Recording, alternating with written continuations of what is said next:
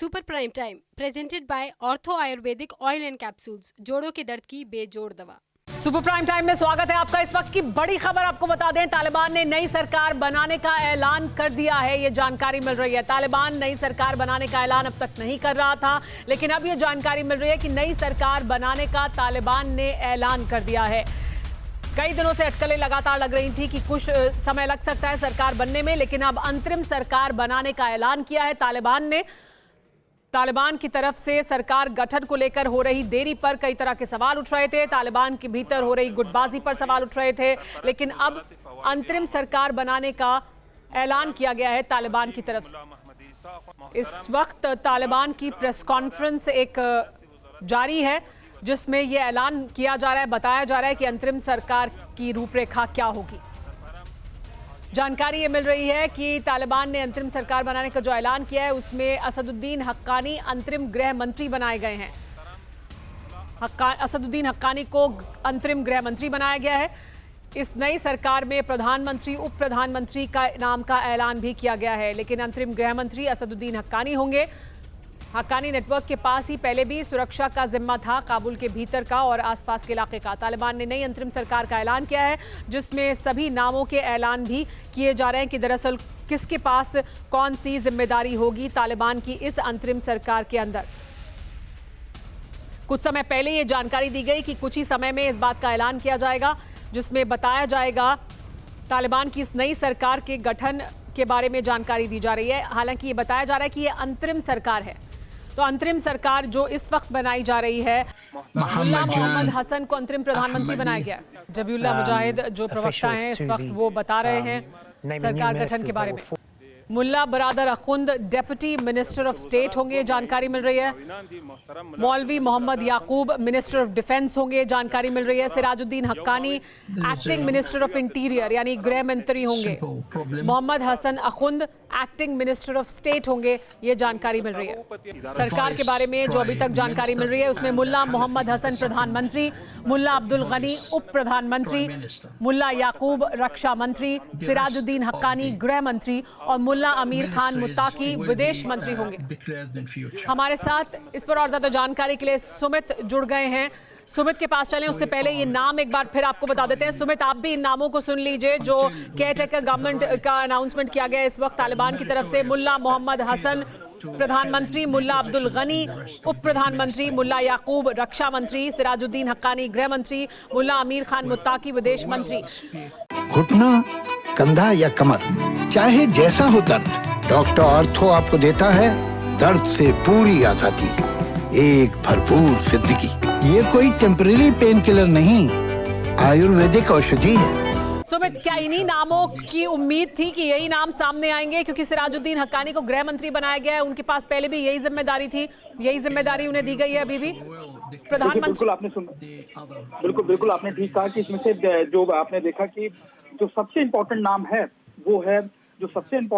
वो है इसके अंदर की इंटीरियर मिनिस्टर जो है वो केयरटेकर सरकार के वो हक्कानी को बनाया गया है, जो लगातार आपको पता है कि काफी लंबे समय से कई चीजों के अंदर काम कर रहे थे। इसके अलावा जो इम्पोर्टेंट एस्पेक्ट है वो है कि इसके जो दूसरे बड़े नाम है, यानी जो मुल्ला अब्दुल गनी जो होंगे डिप्टी प्राइम मिनिस्टर होंगे, मुल्ला याकूब आपने जिस तरीके से बताया कि वो डिफेंस मिनिस्टर होंगे, तो ये कुछ नाम है जिनको लेकर लगातार कहा जा रहा था। और जो मुल्ला अमीर है वो इसके फॉरेन मिनिस्टर हो गए। इंपॉर्टेंट ये है कि जबीउल्लाह मुजाहिद जो लगातार अफगान सर के स्पोक्स पर्सन भी थे लगातार तालिबान के, वो नए अफगान गवर्नमेंट में कैबिनेट, और ये सारे नाम अनाउंस करने के पीछे आपको याद है कि कई सवाल खड़े हो रहे थे। कहा जा रहा था कि कब तालिबान को लेकर, कब तालिबान की सरकार का अनाउंसमेंट होगा।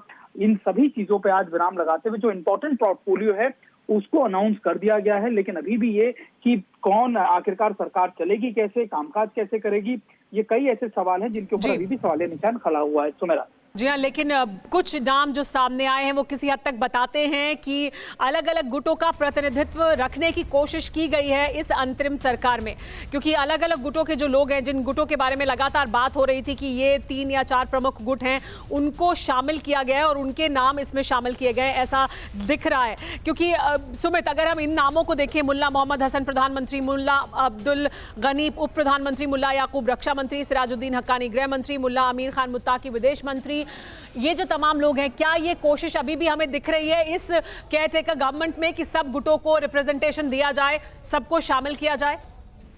देखिए, एक समन्वय बनाने की कोशिश की गई है। आपको याद होगा कि ये रिपोर्ट भी लगातार सामने आ रही थी कि जो हक्कानी ग्रुप था या फिर हक्कानी और बरादर के बीच में या फिर ज्यादा कई क्लैशेस तालिबान में ही होने शुरू हो गए थे, खासतौर पे सरकार को लेकर, सरकार के कामकाज को लेकर। लेकिन इम्पोर्टेंट ये था कि समन्वय बनाने के लिए सभी लोगों को खुश करना सबसे बड़ा इशू था, और इसी के चलते अब कहा यह जा रहा है कि जो हक्कानी होंगे वो उनके इंटीरियर मिनिस्टर, यानी जो माननीय कि होम मिनिस्टर के तौर पर काम करेंगे, जो इंटरनल सिक्योरिटी होगी, जो सबसे बड़ा चैलेंज है सुमेरा खासतौर पर वो यही है कि इंटरनल कोलेशन या फिर इंटरनली कैसे लॉ एंड ऑर्डर को मेंटेन करना, उसकी सारी जिम्मेदारी हक्कानी के कंधों पर होगी। और आप सीधे मानते हैं कि हक्कानी का जो जुड़ाव है वो पाकिस्तान के साथ भी बहुत ज्यादा स्ट्रांग है, और इसके अलावा वो कई ऐसे टेररिस्ट ऑर्गेनाइजेशन आप कह सकते हैं कि जिन्होंने तालिबान को सपोर्ट किया, उनके साथ भी उनके अच्छे लिंक्स हैं। तो यही वजह है कि हक्कानी को जो है वो इंटीरियर मिनिस्टर की जिम्मेदारी सौंपी गई है। और हिदायतुल्लाह बद्री अंतरिम वित्त मंत्री होंगे, ये जानकारी भी मिल रही है। तो ये नाम लगातार सामने आ रहे हैं, हिदायतुल्लाह बद्री अंतरिम वित्त मंत्री होंगे, ये जानकारी भी मिल रही है सुमित। लेकिन ये भी जानकारी मिल रही है कि तमाम जो मंत्रालय थे पहले, यानी इससे पहले जो सरकार थी अब्दुल गनी की, उस के जो मंत्रालय थे उनको वैसे ही बरकरार रखा गया है। सिर्फ अब नाम नए आ गए हैं, लेकिन सरकार क्या उसी तरह से फंक्शन करेगी? क्या ये भी दिखाता है कि तालिबान की दरअसल सरकार किस तरह की होगी, उनकी रूपरेखा क्या होगी, इसको लेकर उनकी उस तरह की तैयारी नहीं थी? पुरानी सरकार के सभी मंत्रालयों को बनाए रखा गया है, उसे कोई नया रूप देने की फिलहाल कोशिश नहीं की गई है। सुमित, देखिए, अभी जिस कामकाज के तरीके को अडॉप्ट किया गया है वो मोटे तौर पर अफगानिस्तान की सरकार, जो पहले सरकार चल रही थी, उसी की तरह मिनिस्ट्रीज को अडॉप्ट किया गया है, उनके कामकाज के तरीकों को। लेकिन इंपॉर्टेंट ये होगा सुमेरा कि पॉलिसीज कैसे बनेगी, क्योंकि अभी तो सिर्फ और सिर्फ मिनिस्ट्रीज का पोर्टफोलियो डिसाइड किया गया है। अब पॉलिसीज किस तरीके से होंगी या फिर आप देखिए कि किस तरीके से लोग काम करेंगे, ये सबसे महत्वपूर्ण होगा। और सुमेरा, एक और इंपॉर्टेंट चीज, क्योंकि हम जब तालिबान की और पिछली अफगान सरकार की तुलना करते हैं तो ये भी देखना होता है कि जो उनकी एजुकेशन पॉलिसी थी या उनका जो उनका कह सकते हैं कि इंटरनल सिक्योरिटी मैटर्स थे, उनके चैलेंजेस किस तरीके से वो फर्क है। पहले जो था तालिबान एक मेजर कंसर्न था, मेजर एलिमेंट था जिसको लेकर सरकार परेशान रहती थी या फिर उससे जूझती थी। लेकिन अभी तालिबान के सामने सबसे बड़ा चैलेंज है कि किस तरीके से सभी तालिबान के जो ग्रुप्स हैं उनको कंसोलिडेट करके एक साथ बनाए रखना। तो ये इसीलिए मैं आपको कह रहा हूं कि जो हक्कानी है उनको इंटीरियर मिनिस्टर बनाने के पीछे का मकसद यही है कि वो ना सिर्फ इन सभी कोलिशंस को या फिर इन सभी गठजोड़ों को मजबूत कर सकें, इन सभी ग्रुप्स को, फ्रिक्शंस को एक साथ जोड़ सकें, बल्कि पाकिस्तान के साथ भी जो उनके जो काम करने का तरीका है वो भी एक बड़ा मैटर है, तभी उनको ये जिम्मेदारी दी गई है सुमेरा। जी हाँ, लेकिन ये क्योंकि लगातार सुबह चर्चा हो रही थी कि ईरान के स्टाइल की सरकार भी हो सकती है, एक सुप्रीम लीडर हो सकते हैं, तो क्या हम अभी ये अंतरिम सरकार के बाद हम ये भी देखेंगे कि तालिबान दुनिया की मान्यता हासिल करने के लिए चुनाव कराए और फिर उसके बाद एक और सरकार का गठन हो? इस वजह से इसे अंतरिम सरकार फिलहाल कहा जा रहा है, ताकि फाइनल सरकार की क्या रूपरेखा होगी और उसको कुछ समय क्योंकि लगेगा, इस वजह से इस वक्त एक सरकार बनाई गई है। क्योंकि ये सवाल भी बार बार उठ रहा था कि आप सरकार नहीं बना पा रहे हैं। देखिए, बिल्कुल आपने बिल्कुल ठीक कहा। अभी जो लॉ एंड ऑर्डर को मेंटेन करने के लिए, चीजों को व्यवस्थित करने के लिए ये इंटरिम गवर्नमेंट बनाई गई है। लेकिन आपको याद होगा कि जो एग्रीमेंट हुआ था या फिर जो आपस में जो बातचीत हुई थी अमेरिका के साथ जो तालिबान की, उसमें कहा गया था कि रिप्रेजेंटेटिव हर जगह के होंगे, हर पॉलिटिकल लीडर को इस्तेमाल उसमें रखा जाएगा, उनको एक जगह दी जाएगी, और जो महिलाओं के भागीदारी को लेकर भी कहा गया था कि उनकी भागीदारी भी सरकार में रखी जाएगी। तो ये सारी चीजों को डिसाइड करने के लिए अभी लगातार तालिबान के पास वो कह सकते हैं कंसेंसस नहीं आए हैं। कई जगह उनके आपस में ही जो कंसेंसस है वो एक जगह पर नहीं पहुंच पाए। तो इन सब चीजों के चलते ही अभी सिर्फ इंटरिम गवर्नमेंट है, ताकि लॉ एंड ऑर्डर और दूसरी व्यवस्थाएं जो है सिटी में हो, चाहे काबुल सिटी में हो या प्रोविंसेस के अंदर हो, उनको मेंटेन करने के लिए व्यवस्था की गई है। लेकिन अभी आने वाले वक्त में किसको क्या पोर्टफोलियो परमानेंट दिया जाएगा, क्या कुछ चेंजेस होंगे, क्या पॉलिसी इंप्लीमेंट किए जाएंगे, लंबे समय का इसमें लंबा समय लगेगा। और तालिबान ने अभी सिर्फ कह सकते हैं। जी हाँ, एक बार फिर सुमित लोगों को बता देते हैं कि अभी जो नाम सामने आए, एक बार फिर वो नाम लोगों को बता देते हैं जो नाम अभी सामने आए हैं। ये केयर टेकर सरकार है, यानी एक अंतरिम सरकार अफगानिस्तान में इस वक्त बन रही है।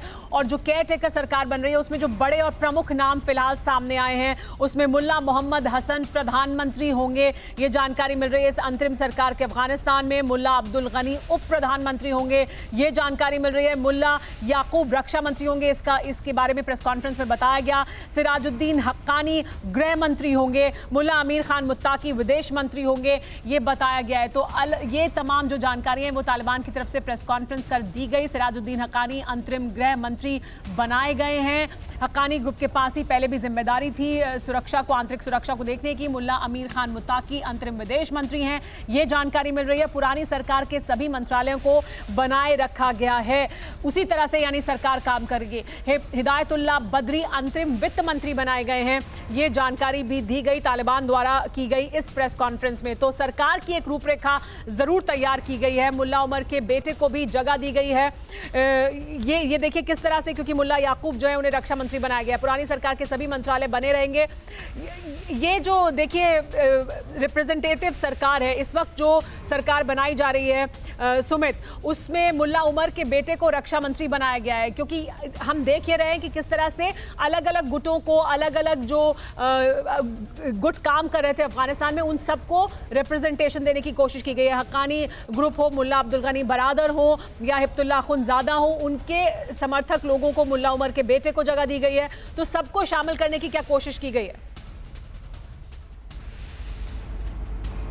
बिल्कुल। और इसमें एक और नाम है जो आप सुमेरा, मुल्ला मोहम्मद हसन, जो जिनके बारे में कहा जाता है कि सोवियत के साथ जब तालिबान की जो इनिशियल जंग शुरू हुई थी उसमें बहुत इंपॉर्टेंट रोल इन्होंने इख्तियार किया था। गवर्नर रह चुके हैं कांधार के, लंबे समय तक काम कर चुके हैं तालिबान के साथ और इनको एक अच्छा एक्सपीरियंस है। इसलिए अगर आप देखें तो इनको अभी इंटरिम सरकार में प्राइम मिनिस्टर की जो जगह है वो दी गई है। अभी इंपॉर्टेंट ये है सुमेरा कि कैसे, क्योंकि मैं लगातार हम ये जोड़ रहे हैं, ये बता रहे हैं कि ये इंटरिम गवर्नमेंट है, ये अभी फौरी तौर पर जो व्यवस्था को maintain, law and order maintain करने के लिए या फिर दूसरी चीजों को मेंटेन रखने के लिए ये इंटरिम सरकार बनाएगी। लेकिन जो प्रॉपर जो रूपरेखा या फिर जो ढांचा होगा वो इससे अलग होगा, क्योंकि अभी कोशिश तालिबान की यह है कि किसी भी तरीके से चीजों को मैनेज किया जाए, चाहे वो फॉरेन पॉलिसी हो, चाहे वो उनके लॉ एंड ऑर्डर का सिचुएशन हो, खासतौर पर इंटरनली। इसके अलावा जो उनके दूसरे कामकाज है मिनिस्ट्रीज के, उनमें एक तालमेल बनाने की कोशिश की जाए। लेकिन बाद में क्योंकि जिस तरीके का एग्रीमेंट तालिबान की तरफ से किया गया था, जिस तरीके की उनसे बात की गई थी, उन्होंने साफ तौर पर कहा था कि हर पॉलिटिकल पार्टी के लोगों को उसमें जगह दी जाएगी,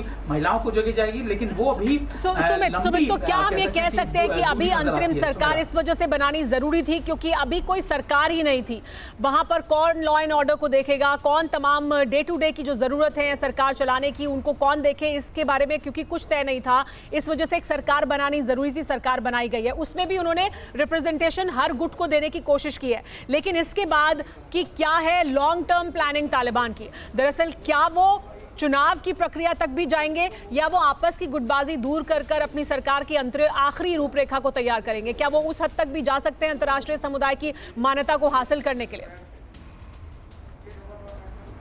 घुटना, कंधा या कमर, चाहे जैसा हो दर्द, डॉक्टर ऑर्थो आपको देता है दर्द से पूरी आजादी, एक भरपूर जिंदगी। ये कोई टेम्परेरी पेन किलर नहीं, आयुर्वेदिक औषधि है। देखिए बिल्कुल आपने ठीक कहा, क्योंकि अभी जो सबसे बड़ा चैलेंज है ना सिर्फ इंटरनेशनली लोगों के बीच में एक्सेप्टेंस करना सुमेरा, बल्कि ये भी सबसे बड़ा चैलेंज है खास तौर पर कि अभी जो क्राइसिस आ रखा है तालिबान के सामने वो है कि अफगानिस्तान में चीजों रिसोर्सेज को मुहैया कराना। खाने पीने के साजो सामान हो, चाहे वो काबुल एयरपोर्ट की जिम्मेदारी हो, चाहे वो internal law and order security हो, चाहे वो प्रोविंसेस के अंदर साजो सामान पहुंचाना हो, तो ये सारे चैलेंजेस जो है वो अभी तालिबान के सामने खड़े हुए हैं सरकार चलाने को लेकर। तो यही वजह है कि एक इंटरिम गवर्नमेंट तो स्टैब्लिश कर दी गई जो पुराने मॉडल के ऊपर काम करेगी, जो भी ये देखेगी कि कहां से क्या क्या चीजें लानी है, किन रिसोर्सेज की कमी है, कैसे अभी चीजों को मैनेज करना है कंपैरेटिवली पिछले 1 से 1.5 महीने में जो बिगड़ गई है। लेकिन आने वाले वक्त में चैलेंजेस और ज्यादा बड़े होंगे, क्योंकि जब सरकार बनेगी तो दूसरे पॉलिटिकल पार्टी के जी हाँ सुमित, मैं वापस आपके पास आऊंगी और ये भी जानेंगे कि दरअसल TV9 भारतवर्ष जिन नामों के बारे में बात कर रहा था, हम लगातार जो जानकारी दे रहे थे अपने दर्शकों को कि ये सरकार में शामिल हो सकते हैं, इन्हें ये जिम्मेदारी दी जा सकती है, उसी तरह की रूपरेखा निकलकर सामने आई है इस अंतरिम सरकार की। अब जो तालिबान ने जिसके बारे में अनाउंसमेंट किया है, हमारे साथ मनीष झा भी जुड़ गए हैं। मनीष, ये जो अंतरिम सरकार इस वक्त अब तालिबान की तरफ से जिसको लेकर ऐलान किया गया है, क्या यही आखिरी रूपरेखा भी होगी सरकार की? ये इस वक्त जो अंतरिम सरकार, क्योंकि अभी कहा यह जा रहा था कि और कुछ समय लग सकता है, लेकिन अब एकदम ऐलान किया गया कि नहीं, हम अंतरिम सरकार बना रहे हैं। ये अंतरिम सरकार बनाने के पीछे जरूरत ज्यादा बड़ी वजह है या दबाव भी है?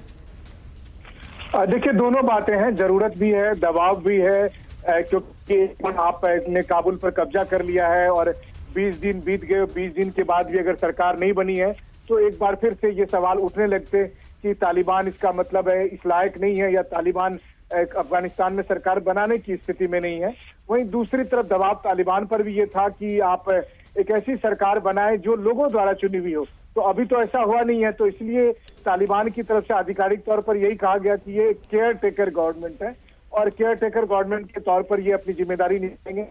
स्थिति में ईरान या चीन या कुछ और देशों ने जैसी मांग रखी है कि अफगानिस्तान में सरकार अफगानों द्वारा चुनी हुई होनी चाहिए, तो उम्मीद की जानी चाहिए कि थोड़े दिनों के बाद तालिबान अपने नियंत्रण में अपने हिसाब का कोई एक चुनाव कराएंगे और फिर उसमें यही जो केयर टेकर सरकार है यही आपको चुनाव जीतती हुई नजर आएगी।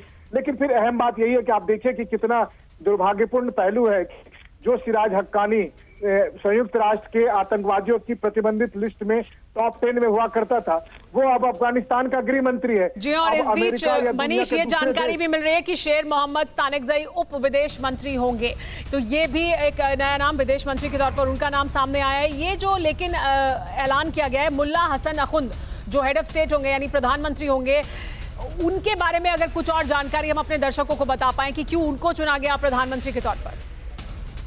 जी हाँ बिल्कुल, देखिए मुल्ला मोहम्मद हसन अखुंद जो है वो तालिबान के रहबरी शूरा से आते हैं, जिनको इस समय प्रधानमंत्री की जिम्मेदारी दी गई है, और ये अखुंदजादा के बहुत ही ज्यादा करीबी थे और निश्चित तौर पर इनको जब ये जिम्मेदारी दी गई है और जिस तरह से मुल्ला अब्दुल गनी बरादर को वहां पर नंबर 2 रखा गया है, तो वैसी स्थिति में आप ये भी समझिए कि तालिबान के इस सरकार गठन के पीछे दरअसल ये मैसेज देने की भी कोशिश है कि यहाँ पर चीफ कौन है। हाँ, ये अलग बात है कि जो बात आ रही थी कि इराक की तरह से सरकार का गठन होगा जहां पर एक सुप्रीम लीडर होंगे, तो लगातार TV9 भारतवर्ष पर हम ये दर्शकों तक ये खबर पहुंचाते रहे थे कि इस तरह की कोई सरकार नहीं बनने वाली होगी। लेकिन जिस तरह से यहाँ पर सरकार का गठन किया गया है, सरकार में जो लोगों को जिम्मेदारी दी गई है, वैसी स्थिति में आप ये कह सकते हैं कि इस मामले में पाकिस्तान की भी बहुत हद तक चली है, तो पाकिस्तान का इस सरकार में कंट्रोल रहेगा। इसका एक एग्जाम्पल है कि जिस तरह का सरकार गठन किया गया है उसमें, और निश्चित तौर पर जो मुल्ला हसन को ये जिम्मेदारी दी गई है, प्रधानमंत्री पद की जिम्मेदारी दी गई है, तालिबान सरकार का चेहरा रहेंगे, तो एक तरह से ये एक मैसेज ये भी है कि जो सरकार का गठन होगा, सरकार का जो स्वरूप होगा वो धार्मिक होगा, ना कि एडमिनिस्ट्रेटिव होगा। क्योंकि ये बड़ी बात है, ये बड़ी बात जो आप कह रहे हैं कि जो तालिबान है और उसका जो रिलीजियस धड़ा है, जो धार्मिक मामलों को ज्यादा देखता है, उनका रिप्रेजेंटेशन मतलब उनको ऊपर रखा गया है क्योंकि उनको प्रधानमंत्री का पद दिया गया है। हमारे साथ सुमित भी जुड़े हुए हैं, उनसे भी इसके बारे में और बात करते हैं। सुमित, प्रधानमंत्री के लिए चुना गया है मुल्ला हसन अखुंद को, क्या इसकी यही वजह है या आप इसमें और कुछ हमें जानकारी दे सकते हैं हमारे दर्शकों के लिए कि क्यों इनका नाम चुना है तालिबान ने अभी जो अंतरिम सरकार है उसमें प्रधानमंत्री के तौर पर? देखिए, इनके लिए सबसे बड़ा इंपॉर्टेंट ये था कि अखुंदजादा, जिनको हम कहते हैं कि जो रिलीजियस इनके जो बॉडी है उनके सबसे बड़े हेड थे, उन्होंने भी इनके नाम को हेड किया था। लेकिन इंपॉर्टेंट ये है कि इनके जो तालमेल है, ना सिर्फ इनका जो रिलीजियस विंग है जिसके बेसिस के ऊपर तालिबान को खड़ा किया गया था उससे बहुत ज्यादा क्लोज है। एक फिक्शन की बात आई थी, आपको याद होगा सुमेना की एक कंफ्लिक्ट आ गया है तालिबान के बीच में ही, तो कई नामों को लेकर सहमति नहीं बन पाई थी, लेकिन ये देखने की कोशिश की गई कि ऐसे नामों को इसमें इंक्लूड किया गया है जिसमें दोनों धड़ों को फिर दोनों तरफ के लोगों को, खासतौर पर चाहे बरादर ग्रुप हो, चाहे वो दूसरे ग्रुप हो, हक्कानी ग्रुप हो, उनकी सहमति इस पर बनी। तो यही वजह है कि मोटे तौर पर जो हसन है उनको, उनके नाम को इंक्लूड किया गया है। और अभी देखना ये होगा कि आखिरकार वो सरकार चलाने में अभी जो इंटरिम सरकार है उसके जो चैलेंज है उनको फेस करने में कितने, जाहिर सी बात है उससे कैसे निपटते हैं। लेकिन मनीष, देखिए प्रधानमंत्री चुना गया है मुल्ला हसन अखुंद को, उनके साथ उप प्रधानमंत्री हैं मुल्ला बरादर और सेकंड जो डेप्यूटी हैं, यानी 2 डेप्यूटी प्रधानमंत्री चुने गए हैं, एक मुल्ला बरादर है, एक मौलवी हनफी हैं। तो क्या ये दिखाता है कि अलग अलग गुटों की अलग अलग मांग थी और सबको शामिल करने की वजह से, किस तरह से शामिल किया जाए उसी वजह से देर हो रही थी, और अब प्रधानमंत्री के साथ साथ उन्हें 2 डेप्यूटी प्रधानमंत्री भी बनाने पड़े ताकि हर गुट को रिप्रेजेंटेशन मिल जाए? देखिए, हर गुट को जहां रिप्रेजेंटेशन देने की कवायद है, वहीं सरकार के इस गठन को अगर आप गंभीर तौर पर देखें तो एक बात साफ है कि इस पूरे सरकार का जो सबसे पावर है या कंट्रोल है, वो रिमोट कंट्रोल अखुंदजादा के पास रहने वाला है, क्योंकि प्रधानमंत्री के तौर पर उसके चेले मुल्ला मोहम्मद हसन को प्रधानमंत्री बनाया गया।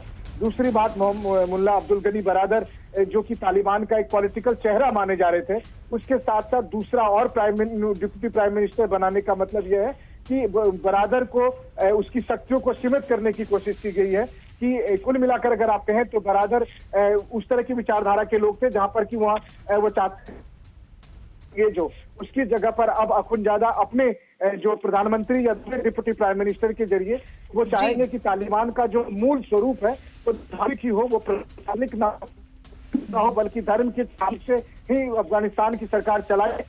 कम से कम मुझे तो यानी तालिबान के जो प्रमुख हैं उनका कंट्रोल रहे, और उनका कंट्रोल दिख रहा है इस वक्त जो ये अंतरिम सरकार बनाई जा रही है उसमें भी साफ तौर पर। हमारे साथ शंकर प्रसाद जी जुड़ गए हैं, उनसे इस पर और ज्यादा जानकारी लेते हैं। शंकर प्रसाद जी, बहुत शुक्रिया हमारे साथ जुड़ने के लिए, डिफेंस एक्सपर्ट।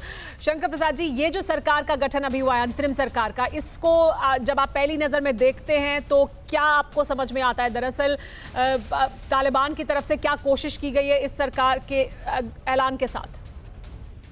इससे 2 बातें मेरे को बड़ी क्लियर नजर आ रही है। पहली ये कि पाकिस्तान का इसमें बहुत भूमिका रही है, क्योंकि वो चाहते हैं कि यहाँ बिल्कुल जलाद सरकार बने जिससे वो कंट्रोल कर सके, जिससे यहाँ पे वो जिस तरह से शरिया चलाना चाहते हैं, इस्लामिक शरिया को चलाना चाहते हैं, वो चले। जो बरादर साहब की सरकार बन रही थी वो ऐसा लगता था कि शायद ऑल एनकम्पसिंग होगी, शायद कंसिलेटरी होगी, शायद थोड़ी सी बदलाव होगी उसमें। लेकिन सबसे इंटरेस्टिंग बात इससे ये नजर आ रही है मुझे कि जो मैं कई दिन से कह रहा हूँ कि जब तक कि एक मिली जुली कोalition गवर्नमेंट नहीं बनेगी जिसमें सब लोगों को मिलाकर जाएगी, तब तक ये सरकार चलने वाली नहीं है। जो ये सरकार आज ऐलान किया है, मुझे नहीं लगता कि ये सरकार बहुत अरसे तक चल पाएगी, क्योंकि पहली हुआ नहीं है, काफी हद तक अभी तक इंटैक्ट है। उसके साथ साथ तुर्कमेनिस्तान, उज्बेकिस्तान और भी कई देश हैं जो उसमें कुछ ना कुछ भूमिका जरूर निभाएंगे। तो ये सरकार जो आज बनी है, ये मैं समझता हूँ जल्दबाजी में बना दी इन्होंने। एक तरफी सरकार बन गई है। एक तरफी सरकार आज तक कभी हिस्टोरिकली अफगानिस्तान में चली ही नहीं है। इसमें ताजिक्स को शामिल करना पड़ेगा, इसमें उज्बेक को शामिल करना पड़ेगा। इसमें ये बड़ी बात आप कह रहे हैं शंकर जी कि सबको शामिल करना पड़ेगा। हालांकि तालिबान अभी कह रहा है कि अस्थाई है, लेकिन स्थायी सरकार फिर कैसी होगी उसकी रूपरेखा बनाने में समय क्यों लग रहा है, इसको लेकर लगातार सवाल जरूर उठ रहे हैं। आपका बहुत बहुत शुक्रिया शंकर प्रसाद जी हमारे साथ जुड़ने के लिए। मनीष आपका भी और सुमित आपका भी बहुत बहुत शुक्रिया हमारे साथ जुड़ने के लिए इस बड़ी खबर पर। लेकिन अफगानिस्तान सुलग रहा है। भले ही सरकार बनाने का ऐलान कर दिया गया अंतरिम, गोलियों की आवाज से राजधानी काबुल के कई इलाके थर्रा रहे हैं। सिर्फ काबुल ही नहीं बल्कि पंजशीर और मज़ार शरीफ में भी जबरदस्त कोहराम है। सैकड़ों की तादाद में लोग सड़कों पर उतरे हैं, विरोध प्रदर्शन किए जा रहे हैं। जानते हैं क्यों? क्योंकि अब अफगानिस्तान में गृह युद्ध आरंभ हो चुका है और इस गृह युद्ध की आंच दुनिया के और भी मुल्कों तक फैल रही है। हर अफगानी की जुबान पर सिर्फ यही नारा है, go back Pakistan, go back ISI chief, death to Pakistan. अब सवाल यह है कि अफगानिस्तान में तालिबान के बजाय पाकिस्तान के खिलाफ आक्रोश फैल क्यों रहा है? क्यों अफगानी आवाम पाकिस्तान को सबसे बड़ा गुनाहगार मान रही है? देखिए सुपर प्राइम टाइम की वर्ल्ड एक्सक्लूसिव रिपोर्ट। घुटना, कंधा या कमर, चाहे जैसा हो दर्द, डॉक्टर ऑर्थो आपको देता है दर्द से पूरी आजादी, एक भरपूर जिंदगी। ये कोई टेम्परेरी पेन किलर नहीं, आयुर्वेदिक औषधि है। काबुल पर कब्जे के 22 दिन बाद तालिबान ने ऐलान किया कि पंजशीर पर भी उसका कब्जा हो गया। पठानलैंड में तालिबानी हुकूमत का आखिरी रोड़ा भी दूर हो गया। इसके साथ ही तालिबान ने जंग खत्म होने का भी दावा किया। मगर सच तो यह है कि अफगानिस्तान में असली युद्ध का आगाज तो अब हुआ है, जिसकी आंच अफगानिस्तान की चौहद्दी से निकलकर दुनिया के कई मुल्कों तक जा पहुंची है। काबुल से लेकर वॉशिंगटन तक, पंजशीर से लेकर तेहरान तक सैकड़ों की तादाद में लोग सड़कों पर उतरे हैं। इन प्रदर्शनकारियों के हाथों में पोस्टर, बैनर है और जुबान पर नारे हैं। जानते हैं किसके खिलाफ? अफगानिस्तान को गुलाम बनाने वाले तालिबान के खिलाफ और तालिबान की हर खूनी साजिश में साथ देने वाले पाकिस्तान के खिलाफ। हैरानी की बात यह है कि तालिबान भले ही ये दावा करे कि अफगानिस्तान में जंग खत्म हो गई, खूनी संघर्ष थम गया, बारूदी कोहराम भी शांत हो गया, मगर काबुल की मौजूदा तस्वीर तो कुछ और ही कहानी बयां करती है। यकीन ना हो तो काबुल से सामने आई इस तस्वीर को देखिए।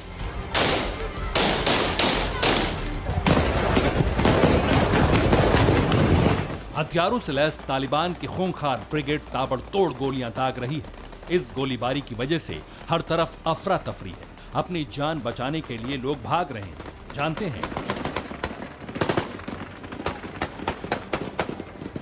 काबुल की सड़कों पर यह तांडव क्यों मचा? क्यों तालिबान बेकसूर लोगों को गोलियां दाग कर डरा रहा है? असल में ये वही प्रदर्शनकारी हैं जो तालिबान और पाकिस्तान के खिलाफ सड़कों पर उतरे हैं।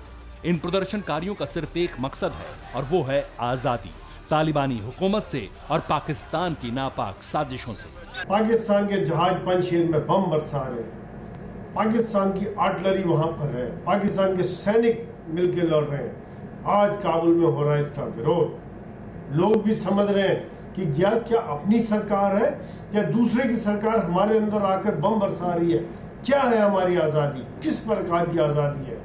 आज आम जनता की आवाज इसके लिए उठने लगी। आपको बता दें कि इस वक्त हर अफगानी के दिल में तालिबान से ज्यादा नफरत पाकिस्तान के खिलाफ है, क्योंकि जब से अफगानिस्तान में तालिबान युग लौटा है तब से पाकिस्तान खूनी साम्राज्य की वकालत कर रहा है। दुनिया की नजरों से बचकर चोरी छिपे तालिबान के लिए लॉबिंग कर रहा है, उसकी मदद कर रहा है। आशंका तो इस बात की भी जताई जा रही है कि जिस पठानलैंड का मुस्तकबिल तालिबान ने बेगुनाहों के लहू से लिखा, उसमें पाकिस्तान भी उतना ही गुनहगार है, क्योंकि जिस पंजशीर को हासिल करने के लिए तालिबान बीते 20 दिनों से जूझ रहा था, उसे तालिबान ने पाकिस्तान की मदद से हासिल किया और उस पर कब्जा कर लिया। जानते हैं कैसे? तालिबान की मदद के लिए पंजशीर में पाकिस्तान ने एयर स्ट्राइक की। पाकिस्तान की फौज ने पंजशीर पर हमले के लिए चीन के ड्रोन का इस्तेमाल किया। पाकिस्तानी आर्मी ने ही तालिबानी लड़ाकों को हथियार की सप्लाई की। इसके अलावा पाकिस्तान ने अपनी सेना को भी तालिबान की मदद के लिए उतारा था। पाकिस्तान ने ही ओसामा बिन लादेन को अपने यहाँ छुपाए रखा था। पाकिस्तान ने खुल्लम खुल्ला उन मुसलमानों के ऊपर आक्रमण किया जो अपनी आज़ादी की लड़ाई लड़ रहे थे, और उन तालिबानियों का साथ दिया जो जबरदस्ती कब्जे की लड़ाई लड़ रहे थे। अफगानिस्तान की औसतन उम्र करीब 19 वर्ष है, यानी कि वो लड़कियां जिन्होंने पहला तालिबान का राज नहीं देखा, उन लड़कियों को तालिबान के नोचने खसोटने के लिए छोड़ दिया। पठानलैंड में पाकिस्तान की इसी घुसपैठ और दखलंदाजी से अफगानिस्तान के लोग गुस्से में, और हो भी क्यों ना, तालिबान ने जो किया, जैसा खूनी खेल पठानलैंड में खेला, उसकी मुखालफत पूरी दुनिया में हो रही है। लेकिन पाकिस्तान हर मौके पर तालिबान का साथ दे रहा है, उसकी पैरवी कर रहा है। इसके अलावा पिछले 4 दिनों से ISI चीफ फैज हमीद काबुल में है। तमाम तरह की साजिशों का खाका तैयार किया जा रहा है। बस यही बात हर अफगानी को खाई जा रही है। इसलिए लोग सड़कों पर उतरे हैं ताकि इमरान बाजवा का शागिर्द जल्द से जल्द पठानलैंड छोड़कर चला जाए। आप देख सकते हैं प्रदर्शन कर रही महिलाएं तालिबानी कमांडर से भिड़ रही हैं, उससे सवाल जवाब कर रही हैं। वो ये कि पाकिस्तान की बदनाम खुफिया एजेंसी का चीफ यहाँ क्यों आया है, क्यों उसने काबुल को अपना मौजूदा ठिकाना बनाया। और ये विरोध सिर्फ चंद लोगों का नहीं है, बल्कि काबुल, पंजशीर या फिर अफगानिस्तान के जिस भी इलाके में प्रदर्शन हो रहे हैं, वहां सिर्फ पाकिस्तान को लेकर बवाल मचा है। पठानलैंड पर मचे हंगामे को थामने के लिए तालिबान ने अपनी फौज लगा रखी है। लोगों को डराने के लिए गोलियां दागी जा रही हैं। प्रदर्शन कर रही महिलाओं के साथ मारपीट हो रही है, उन्हें बंधक बनाया जा रहा है। यहां तक कि अफगानिस्तान के पत्रकारों को भी किडनैप किया गया है। मकसद सिर्फ एक है, तालिबान और पाकिस्तान के खिलाफ उठ रही आवाज को दबाना। अफगानिस्तान में औरतों को पता है कि किस प्रकार से शरिया लॉ के अंडर उनका दमन होने वाला है, इसलिए आज वो सिर उठाकर खड़ी हैं, रैली निकाल रही हैं और उन्हें ये दिखा रही हैं कि उन्हें गोलियों का डर नहीं, क्योंकि उन्हें मालूम है कि आज एक गोली खाने से क्या होगा, जो आगे अगर जिस प्रकार से लगातार दमन होगा, इसीलिए वो सब मिलकर आवा। मगर आपको बता दें कि भले ही अफगान सेना ने तालिबान और पाकिस्तान के आगे सरेंडर कर दिया, लेकिन अब पठानलैंड में ऐसे गृहयुद्ध का आगाज हुआ है जिसमें अफगानिस्तान की आवाम तालिबान और पाकिस्तान के खिलाफ खड़ी है। हर अफगानी आर पार के मूड में, और अगर प्रदर्शन अपने प्रचंड रूप में आया तो यकीन मानिए अफगानिस्तान को तबाह करने वाले हर गुनहगार का हिसाब होगा। और सबसे अहम ये कि जिस पाकिस्तान के चलते तालिबान वजूद में आया, जिसने तालिबान के सभी बड़े नेताओं को अपने मुल्क में पनाह दी, उनके आतंकियों को पाला पोसा, अब उसका भी मुकम्मल हिसाब होना तय है। Bureau report, TV9 Bharatvarsh. Afghanistan के पंजशीर प्रांत में रेजिस्टेंस फोर्स और तालिबान के बीच हुई जंग में पाकिस्तान ने दखल दिया। विद्रोहियों के मुताबिक पाकिस्तानी फोर्स ने पंजशीर में एयर स्ट्राइक की, लेकिन एक दूसरे दावे के तहत पाकिस्तानी हिमाकत का बदला 24 घंटे में ले लिया गया। एयर स्ट्राइक तालिबान पर भी हुई, लेकिन ये अटैक किया किसने, इसका खुलासा नहीं हो सका है। और अगर ये दावा सच है तो ये तय है कि पाकिस्तान पर शिकंजा कसा जाने लगा है। लेकिन कौन ले रहा है बदला, क्या है पंजशीर बिना तालिबान का भविष्य, देखिए ये रिपोर्ट। पंजशीर पठानलैंड का वो हिस्सा जहां आजादी के लिए खून के आखिरी कतरे तक लड़ने का जज्बा हवा में तैरता है, लेकिन बारूदी धमाकों से इसी पंजशीर घाटी के आसमान को धुआं करके तालिबान ने जीत का दावा ठोक दिया। रेजिस्टेंस फोर्स के लड़ाके और नॉर्दर्न अलायंस के मंसूबों के खिलाफ अफगान पर संपूर्ण कब्जे की बुनियाद इसी जमीन पर रखी गई। तालिबान के इस दावे में सच्चाई थी या नहीं, इसकी पुष्टि इसलिए नहीं की गई क्योंकि सिर्फ एक पक्ष के दावे पर आंख मूंद कर भरोसा नहीं किया जा सकता। लेकिन रेजिस्टेंस फोर्स के सुप्रीम कमांडर के जारी किए गए बयान ने इस दावे पर भरोसा करने पर मजबूर किया, सोचने पर मजबूर किया कि एक मुल्क में जारी अंदरूनी जंग के बीच पाकिस्तान क्यों आया, किस हक से पाकिस्तान ने पंजशीर पर हमला किया, और तालिबान अगर सरकार गठन करने जा रहा है तो उसने पाकिस्तानी हमलावरों को अपने मुल्क में एंट्री की इजाजत कैसे दी। पाकिस्तान ने अपनी एयरफोर्स का इस्तेमाल हमारे खिलाफ किया है। पाकिस्तान ने पंजशीर में अफगानों पर सीधा हमला किया और दुनिया देख रही है। तालिबान के साथ साथ अब हमारी लड़ाई पाकिस्तान से भी है।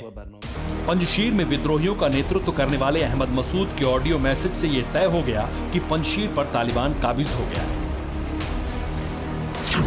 पाकिस्तानी फोर्स ने कब्जा करने में तालिबान की मदद की, लेकिन जिन लोगों ने अपने जहन में अपनी आजादी के लिए तालिबान के खिलाफ विद्रोह की आग जला रखी है, वो खामोश कैसे बैठ सकते हैं। रविवार सोमवार की दरमियानी रात पंजशीर पर हुए ताबड़तोड़ हमलों के बाद सुबह तालिबान ने अपना झंडा फहराया, लेकिन खबर है कि सोमवार और मंगलवार की दरमियानी रात ठीक वैसे ही हमले तालिबान पर हुए जैसे रेजिस्टेंस फोर्स पर हुए थे। पंजशीर के हालात पूरी तरह से स्पष्ट न होने का कारण यही खबर है, जिसमें दावा किया गया है कि महज 24 घंटे के अंदर ही पंजशीर के लड़ाकों ने तालिबान के ठिकानों पर हमला करके पाकिस्तान से अपना बदला ले लिया। इस खबर का एक सोर्स है विदेशी मामलों के जानकार ईरानी एक्सपर्ट मोहम्मद अल सुलामी का ट्वीट, जिन्होंने पुष्टि की है कि नॉर्दर्न अलायंस के लड़ाके और तालिबान के बीच जंग जारी है।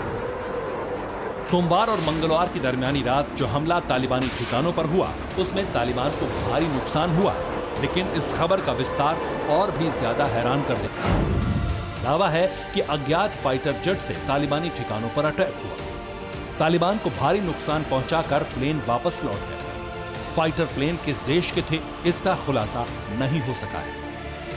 दावा हुआ है कि प्लेन रूस या ताजिकिस्तान के हो सकते हैं। हालांकि इस खबर पर तालिबान ने अभी तक कोई प्रतिक्रिया नहीं दी है, लेकिन इस घटना से इनकार भी नहीं किया जा सकता। इसलिए पंजशीर में जारी जंग को लेकर स्थिति स्पष्ट नहीं हुई है। अलबत्ता पाकिस्तान को लेकर जो सवाल रेजिस्टेंस फोर्स ने उठाए थे, उस पर कुछ हद तक एक थ्योरी बनती दिख रही है, जिसमें पंजशीर पर एयर स्ट्राइक के दावे के जवाब में की गई एयर स्ट्राइक की कार्रवाई की कड़ी जुड़ती है। सूत्र ये भी बता रहे हैं कि तालिबानी ठिकानों पर जिन फाइटर प्लेन ने हमले किए उसमें सबसे ऊपर ताजिकिस्तान का नाम है, क्योंकि अहमद मसूद के ताजिकिस्तान में होने का ही दावा किया जा रहा है और उनके पास लड़ाकू विमान भी है।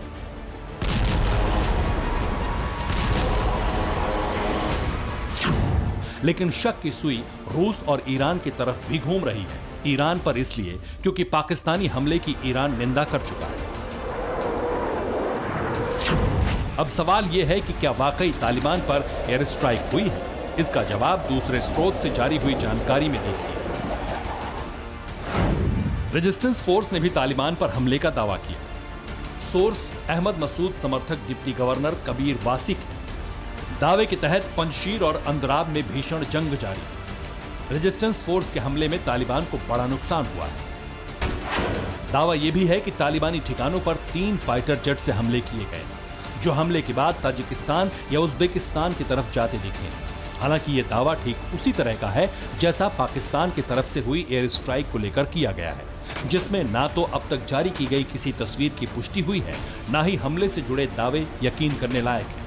हालात की गंभीरता को समझने के लिए पंजशीर पर पाकिस्तान की एयर स्ट्राइक को लेकर हुए दावे देखिए। सूत्रों के मुताबिक पंजशीर पर हमले के लिए चीनी ड्रोन का इस्तेमाल हुआ। चीन के पेलोड कैरियर CH-4 UAV से हमला किया गया। Made in China CH-4 drone laser guided missile से लैस था।